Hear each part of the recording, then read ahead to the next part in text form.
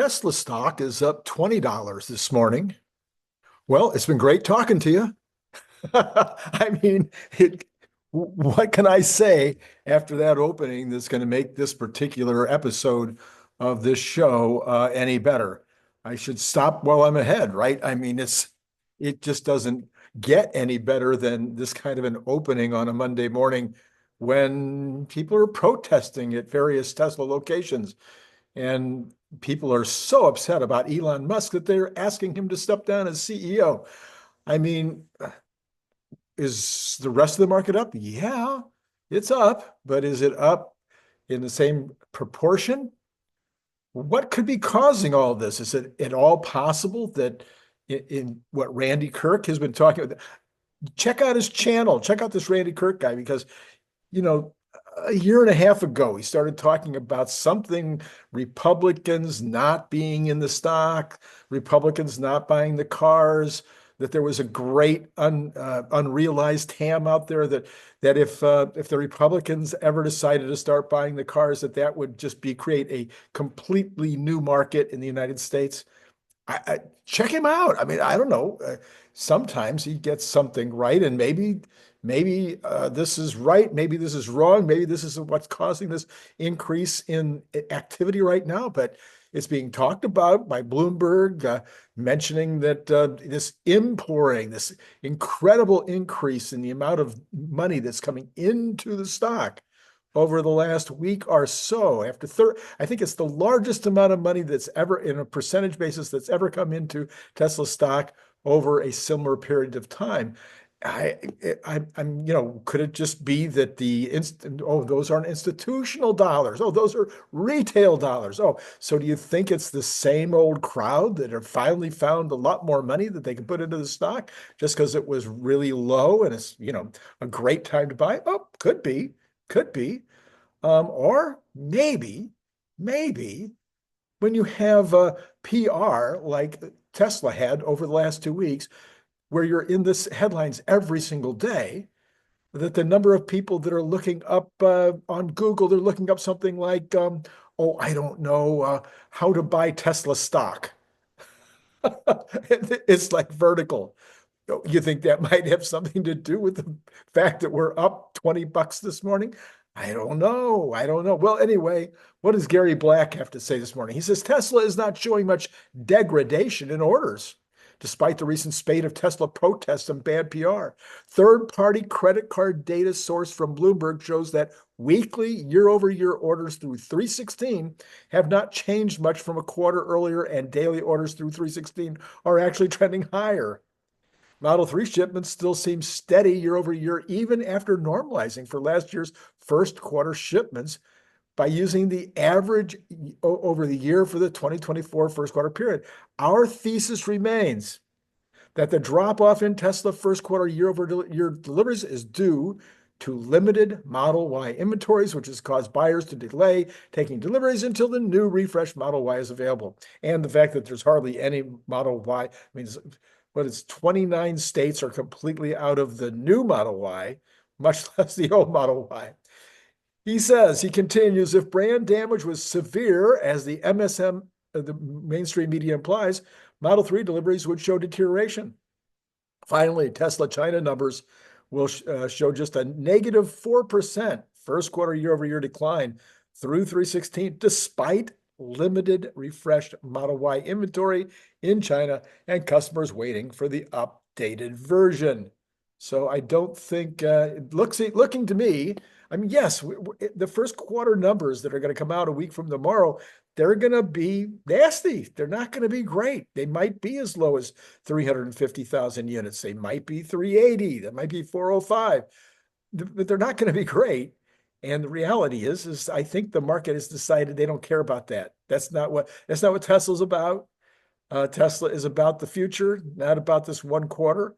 And I think folks are starting to recognize it. And I think they're starting to recognize that about the overall business climate, too. We'll talk about that in a minute. Mario Nawfal says, breaking, Hyundai to announce a $20 billion U.S. investment. Hyundai will invest $20 billion in U.S. onshoring, including a $3 billion next-generation steel plant in Louisiana, creating 1,500 jobs. They're going to build a steel plant in the United States. Are you ready for that? The steel will supply Hyundai's U.S. EV plants, with a third factory opening in Georgia, boosting production as Trump's April 2 tariff deadline nears. Hyundai's chairman, these three people. Trump, Hyundai's chairman, and Governor Jeff Landry will announce the deal at the White House later today. Global giants are racing to localize and dodge tariffs. I thought that was, because they don't want to pay these tariffs. So this, by the way, is Randy Kirk. You can hit the like button. That would be lovely. Hit this subscribe button. Subscribers, I'm getting okay. I mean, the subscriber numbers are okay each month, but if you haven't subscribed yet, how come? And then hit notify. You have Brian White back this week. We'll have some delightful things to talk about tonight at 7:45. And then you'll have Larry Goldberg at around 5 o'clock. Here's a thought.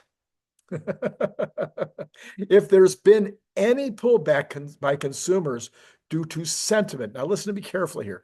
If there's been any pullback and there's suggestion, I don't know, Bank of America numbers said on Friday that retail sales are up 6% compared to last year. So that doesn't seem like any pullback at all. But I'm hearing other stuff anecdotally here and there that consumers might be pulling back a bit.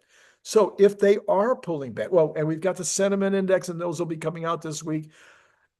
If sentiment is negative, if the consumer has lost some confidence, and their confidence was way up right after Trump was elected, the confidence is down now. And every article I've read, and even the confidence numbers, from the conference board and from the University of Michigan, even in their analysis of the confidence being lower, it was almost 100% due to misplaced worries about tariffs.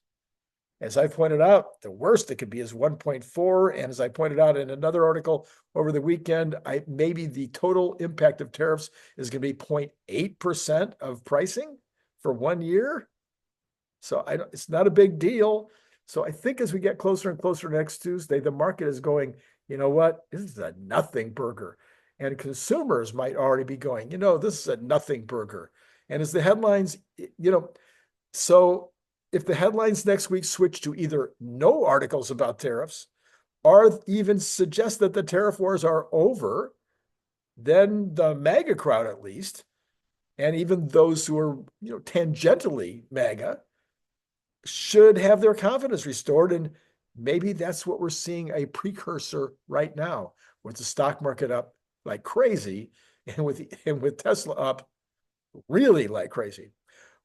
U.S. business activity growth picked up in momentum in March, according to the Flash PMI survey data, as the market upturn in the service sector offset a renewed fall in the manufacturing area.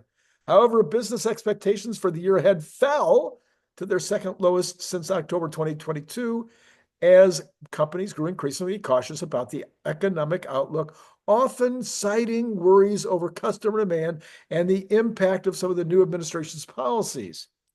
Jobs growth was also subdued amid heightened uncertainty about the outlook and concerns over rising costs, but business picked up.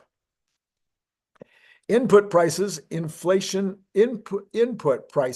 accelerated sharply, especially in manufacturing, to a two-year high, often attributed to the impact of tariff policies. However, competition limited the pass-through of higher costs to selling prices. I could spend an hour on this last piece here. So input price inflation accelerated sharply because of tariffs. What tariffs? We've had a few tariffs put on in Canada. Are they talking about the steel? Are those steel and aluminum tariffs in effect? Are they actually impacting anything that's coming across the border? Or is it the importers themselves that are already raising the prices in anticipation? Yeah, so that's what I'm guessing is going on. And then, however, competition limited the pass-through. So what have we been talking about for a long time here about tariffs? We have choices. If I have a tariffed apple and a non-tariffed apple at the grocery store, and one of them is now $3.99 and the other one stayed at $2.99 a pound, I can choose to only buy the $2.99 apple that doesn't have the tariff on it. That's how this whole thing works. So no, everything that gets tariffed doesn't pass through to the consumer. Here's another example. Output and demand. The headline, S&P Global US PMI Composite Index rose nearly 2 points in March, up from 51.6 in February to hit a 3-month high of 53.5, according to the preliminary flash reading based on approximately 85% of the usual survey responses. The index signals an acceleration of activity growth after slipping to a 10-month low in February. However, the rate of expansion remains well below December's 32-month high. The improvement was driven by the services economy, where output growth picked up momentum for the first time this year, having slumped in February. The resulting rise, by the way, remember a lot of conversation last month was about what had happened to with the cold weather that might have impacted January and February. So it might be, even though it's normal to have cold weather in January and February, maybe it was particularly cold and maybe people did kind of hang out for a month. The resulting rise in service sector output was the largest recorded so far this year, with companies reporting improved new business inflows and some signs of strengthening customer demand. I'm sorry. I'm just sitting here going, what? And better weather compared to earlier this year. Oh, okay. Services exports acted as a drag on activity, however, declining for a third successive month. Manufacturing output, meanwhile, fell into decline, contrasting sharply with the gains in the first 2 months of the year. February's rise in output was the largest recorded since May of 22. So this could be kind of a settling down. Factories reported fewer instances of output having been buoyed by the front running of tariffs and new orders growth from the goods producing sector. Input buying in the sector also fell back into decline. However, export sales showed the smallest decline for 9 months, thanks to rising orders, in particular from Canada, Germany, and other EU countries, hinting at some further efforts to fulfill orders ahead of tariff implementation. Or in other words, some of these countries might put on some kind of additional tariffing on U.S. exports. I don't think that's going to happen.